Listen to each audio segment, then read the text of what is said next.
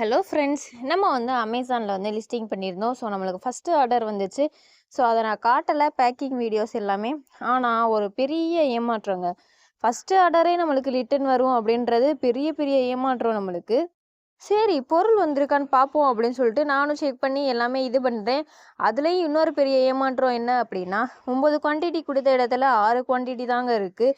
So இந்த ஒரு ப்ராடக்ட்லேயே எனக்கு வந்து 600 லாஸு. ஃபஸ்ட்டு எடுத்தோடனே ஸ்டார்டிங்கே 600 லாஸு அப்படின்றப்ப இதை கண்டினியூ பண்ணலாமா வேணாமா அப்படின்ற மாதிரி யோசிக்கிற மாதிரி இருக்குது. ஸோ இதுக்கு ஏதாவது சொல்யூஷன் இருக்கா அவங்கள்ட்ட அப்படின்றத இது பண்ணுங்க. நம்ம மென்ஷன் பண்ணி தான் போடுறோம் சைஸஸ் எல்லாமே.